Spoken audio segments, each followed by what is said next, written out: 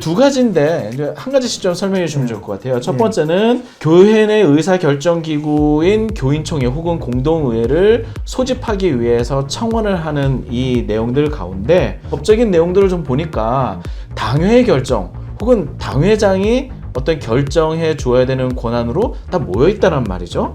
그러니까 아무리 교인이 청원을 해도 당회나 당회장이 교인총회 소집을 거부하면 사실은 이런 모임 자체를 또 공동회 자체를 교인총회 자체를 할 수 없어서 교회 내부적으로 있는 여러 가지 문제를 해결하지 못하는 경우들이 많이 있는데요. 이럴 때는 좀 어떻게 해야 될까요? 우리 민법에 교회만을 위한 규정이 있는 것은 아닌데 이제 교회와 같은 성질의 이제 단체들 내에서는 이런 문제가 계속 생길 수 있지 않습니까?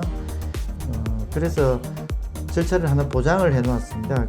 그것이 이제 이름이 임시총회 소집 허가 신청이라고 하는 것입니다. 그러니까 당회를 개최해달라고 요구했는데 안 합니다.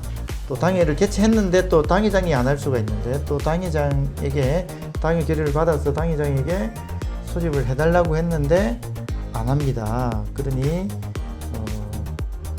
법원에서 임시총회를 하라는 명령을 내려주세요. 이런 신청을 하게 됩니다. 그렇게 하는데 이제 전체 교인의 뭐 3분의 1 또는 5분의 1 이런 식의 이제 자격 요건이 붙습니다. 그 사람들이 서명이 적법한지를 법원에서 확인을 하고 또 그 교회에서 의결할 수 없는 걸 이제 교인총회를 해달라고 하면 판사가 그걸 또 허용해 줄 수는 없잖아요. 그러니까 공동회의를 할 수 있는 사안의 것인지를 살펴본 다음에 공동회의를 하라 하지 마라 이제 이런 결정을 내려줍니다.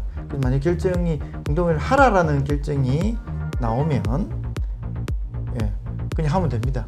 그 당회 결의나 목사님 당회장의 소집이 없더라도 이제 그 주도를 한 사람들이 공고문을 붙이고 언제 한다라고 공지를 붙이고 이제 온 사람들 중에서 이제 그 회의 주재자 의장을 뽑고 그렇게 해서 거기서 공동회의를 진행을 하고 그 결의를 하면 이제 적법한 공동회의를 거친 것으로 인정을 받게 됩니다.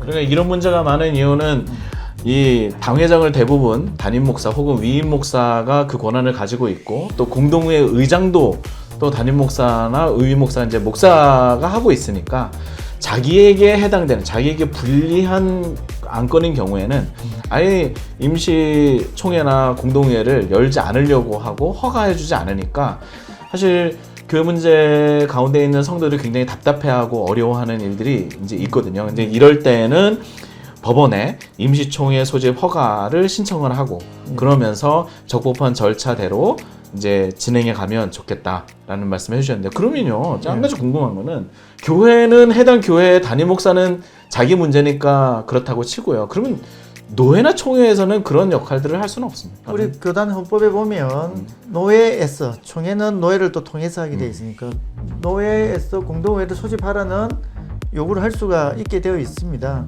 개별 교단의 헌법들을 조금 더 자세하게 확인해 봐야 되겠지만 대부분의 교단 헌법에는 노회에서 개별 교회에 그 공동회를 소집하라고 하는 명령을 할 수가 있습니다. 근데 보통 개별 교회에서 문제가 잘 안 풀리는 경우는 노회에서도 잘 안 풀리는 경우가 많기 때문에 부득이 이제 사회법으로 가서 임시총회 소집 허가 신청이라고 하는 절차를 밟게 되는 것입니다. 그러면 1차적으로 노회에 이런 부분들을 좀 이야기를 하고 임시총회가 열릴 수 그게 있도록 바람직하겠죠. 청원해서 노회가 그런 부분들을 조금 더 바르고 정의롭게 잘 이렇게 적극적으로 나서서 문제 해결을 위해서 힘써 주시면 참 좋은데 그게 잘 안 되고 있나요? 그게 바람직한 건 뭐 당연한 말입니다. 오히려 노회가 좀 적극적으로 이런 문제들에 대해서 함께 또 할 수 있었으면 참 좋겠는데 말이죠. 근래 그래서 보니까 교단 총회에서 등장하는 헌의안들 중에서 어떤 헌의안들이 있냐면 사회법정에 고소고발을 하거나 사회법정에 이런 식으로 뭐 허가 신청을 하고 이렇게 문제를 삼는 것에 대해서 아예 금지하는 법들을 자꾸 만들고 있거든요. 내부적으로 해결하는 게 바람직하다는 것은 제론할 필요가 없습니다. 어느 단체나 그거는 마찬가지고 특히 이제 신앙 공동체인 교회라면 교회 내부적으로 교회의 논리로서 또 신앙적 원리로서 문제를 해결해 나가는 것이 당연히 바람직하겠죠. 그래서 1차적으로는 가급적 교회 내부적으로 해결하는 걸 하긴 해야 될 것입니다. 그러나 그게 잘 안 됐을 때 문제를 제기하는 사람은 남아있고 문제는 안 풀려 있는데 지금 밖으로 가는 걸 금지한다. 이거는 이제 우리 헌법상 재판을 받을 권리를 박탈하는 것이기 때문에 그게 정면으로 법정에 가서 무효가 다퉈진다면 그 조항은 10중 8구 무효가 될 것입니다. 우리 헌법에 재판을 받을 권리가 명시가 되어 있는데 교회에서 그걸 못하게 한다. 또 하면 불이익을 주겠다. 교인 자격을 박탈한다든지 뭐 이런 식의 조항은 부적절한 것으로서 우리 법원에서 무효로 인정받을 가능성이 큽니다. 그 교회문제 상담소에서 살펴본 결과 제일 많은 교회 분쟁이 목회자의 재정 문제입니다. 근데 재정 문제를 확인하기 위해서는 회계장부를 열람하는 일이 굉장히 중요한 것이죠. 그걸 통해서 회계장부를 열람하는 걸 통해서 어떤 문제가 또 어떤 비리가 있었는지를 확인할 수 있는데요. 사실 이렇게 목회자가 재정 문제가 있을 때 회계장부를 열람하지 못하도록 하고 또 숨기고 하는 일들이 많이 있습니다. 그런데 회계장부 열람을 할 수 있는 거 아닙니까? 할 수 있습니다. 예, 할 수 있는데 이제 법에 뭐 교회나 교회와 비슷한 단체의 회계장부를 열람할 수 있다라고 하는 무슨 근거 규정이 마련되어 있는 건 아닌데 그것은 그렇게 하면 안 되기 때문에 법 조항이 없는 것이 아니라 당연히 할 수 있기 때문에 이제 마련이 안 돼 있다 이렇게 봐야 합니다. 회사 주식회사는 이제 뭐 주주가 몇 % 이상의 주주가 연합을 해서 요구를 하면 이제 장부를 열람하게 한다든지 이런 규정들이 자세하게 마련이 되어 있거든요. 근데 이제 영리법인이 아닌 다른 단체의 경우에는 그런 규정을 세세하게 마련해 놓고 있지는 않습니다. 그러나 그 어떤 단체의 구성원은 그 단체의 대표자에게 어떤 권한을 위임해 놓고 있잖아요. 원래는 각 단체들 다 모여서 해야 돼요. 돈 한 1원을 쓰는 경우에도. 그러나 그렇게 할 수가 없으니 대표자에게 권한을 맡겨 놓았는데 권한을 맡긴 사람은 그 맡긴 권한이 잘 행사되고 있는지를 당연히 확인할 이제 권한이 있습니다. 그래서 교회의 회계장부나 이런 것들을 보자고 할 수 있는데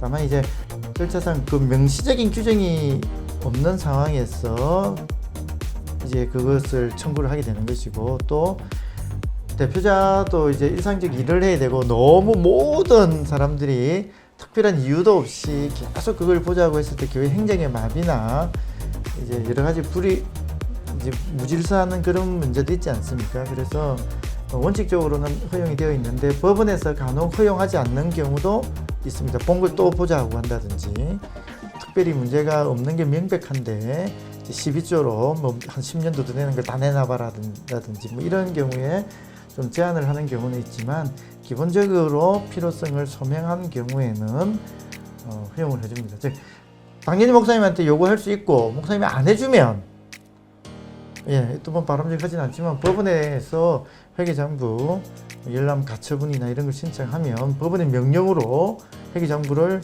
열람하고 복사하라 이런 명령이 이제 내려집니다. 그렇게 해서 볼 수가 있습니다. 회계장부를 보는 것은 당연히 할 수 있다. 그러나 그 회계장부를 보기 위한 또 나름대로의 타당한 근거들도 필요하다라고 이제 생각하면 되겠네요. 그런데 보통 이게 문제가 있는지를 확인해서 보는 것과 문제가 있기 때문에 보는 것과는 사실은 좀 이렇게 좀 다르잖아요. 이렇게 뉘앙스가. 그러니까 만약에 법정에까지 문제가 됐다면 정확한 보기 전에는 문제점을 다 드러낼 수는 없잖아요. 다만 내가 그걸 봐야 될 어떤 필요성을 우회적으로라도 입증이 아니라 소명을 한다고 합니다. 목사님, 판사님, 내가 그걸 왜 보려고 하는지 적절한 이유가 있을 거 아닙니까? 그 적절한 정도로 이제 드러내면 그걸 소명이라고 합니다. 소명을 하면 재판부에서 그 폭을 대단히 넓게 보고 있습니다. 이 부분에 대해서 예. 법적인 약간 좀 이렇게 좀 틈이 있는 게 어떤 경우냐면, 제가 이제 실례를 보니까 예. 이제 교회 내부적으로 회계 장부 열람을 할 수 있는 법을 만든 거예요. 예. 10분의 1이나 5분의 1 이렇게 이제 만든 거죠. 5분의 1 이상의 성도들의 동의가 있으면, 그래서 요청을 하면 회계 장부를 보여주겠다. 근데 그 교회 성도들이 수만 명 되는 거죠. 그러니까 5분의 1이라고 하는 게, 혹은 10분의 1이라고 하는 게 사실 수천 명을 모아야 되는 상황이에요.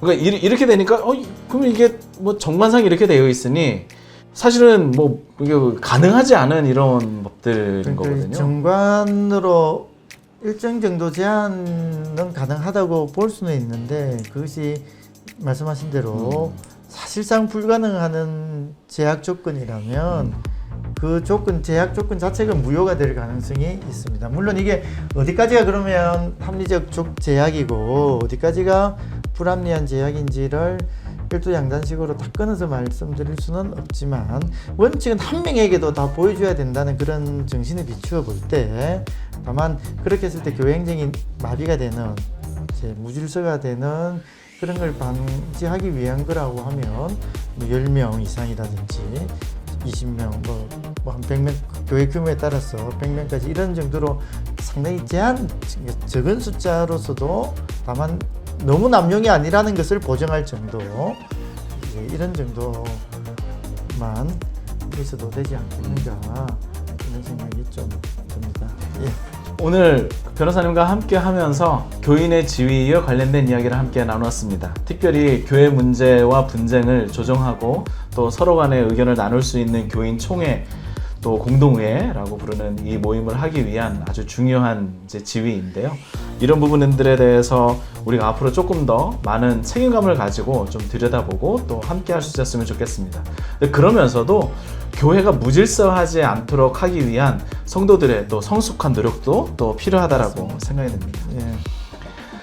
정관을 통해서 혹은 민주적 제도를 정착시키고 있다라고 해도 그것이 곧 민주적이고 평등한 소통, 또 평등한 교회를 보장하는 것은 아닙니다.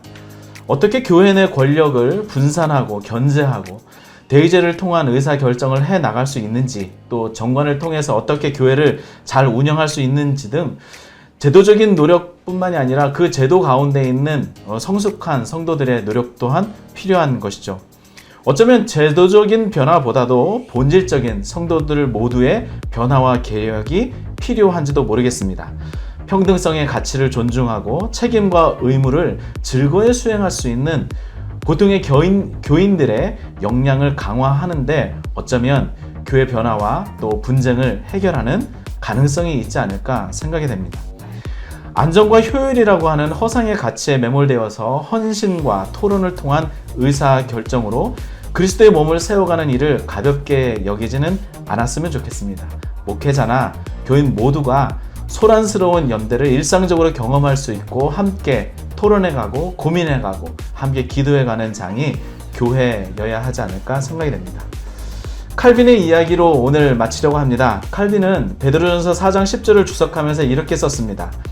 하나님께서는 다양한 은혜를 우리에게 베풀어 주시기 때문에 아무도 한 가지 자신의 은사에 만족하지 말아야 한다.